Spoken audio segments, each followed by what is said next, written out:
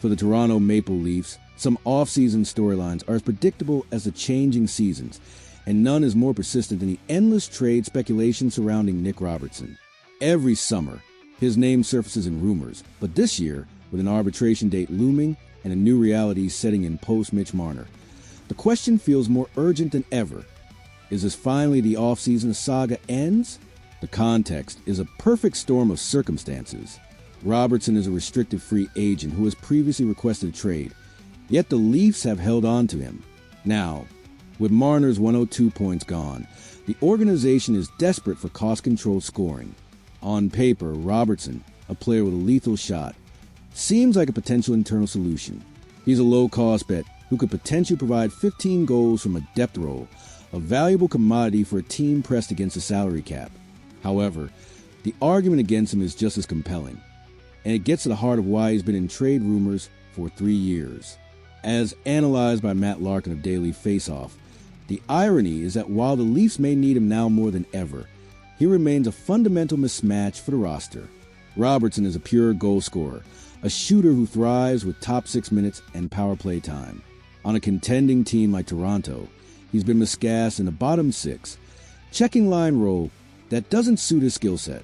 He lacks the size and defensive instincts to be an effective grinder, making his fit awkward at best. This is where the trade speculation gains real traction, centering on a logical change of scenery swap. The most discussed proposal involves another disgruntled young forward, Yegor Chinakhov of the Columbus Blue Jackets.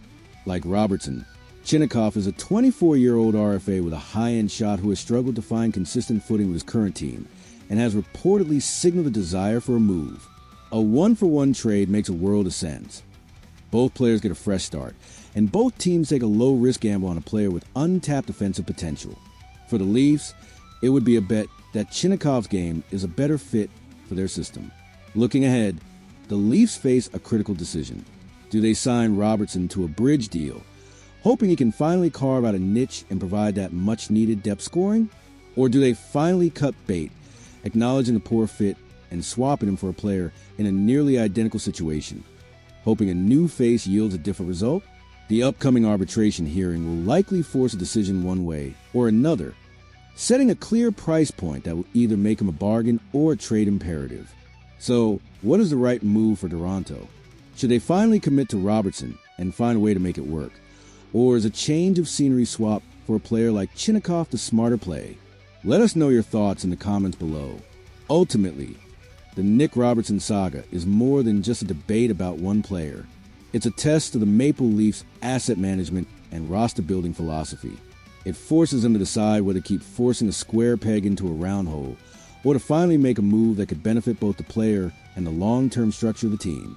A new era in Toronto, the Maple Leafs' long game, and the rise of Easton Cowan. For the first time in nearly a decade, the Toronto Maple Leafs are entering a season without their core four. The Mitch Marner era is over, and in its place is a season defined not by certainty, but by transition, risk, and a fundamental question. Who are the Maple Leafs now? This is a year of profound change. The departure of a perennial 100-point player leaves a massive offensive gap, but the front office's strategy isn't about a one-for-one replacement. Instead, this season is shaping up to be a year-long evaluation. GM Brad Treliving has assembled a roster filled with short-term, flexible contracts.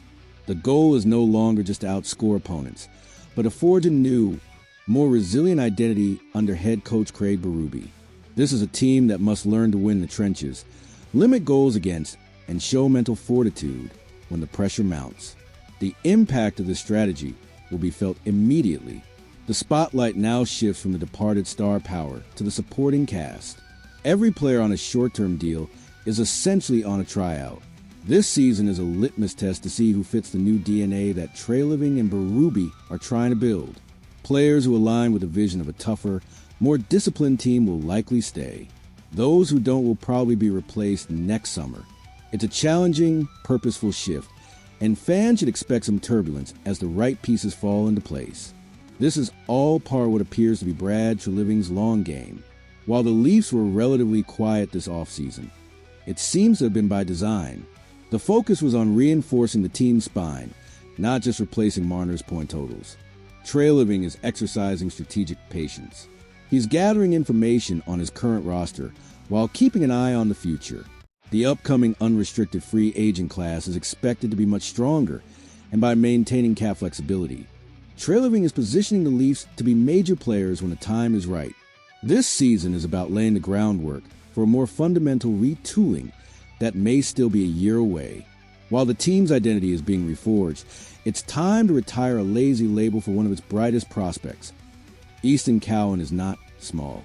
Listed at 6'1" and 185 pounds. He already has the size of many established NHL players, like Brad Marchand or Sam Bennett.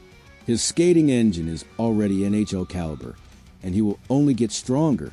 The real question isn't about his size, but whether his elite production in the OHL can translate to the NHL.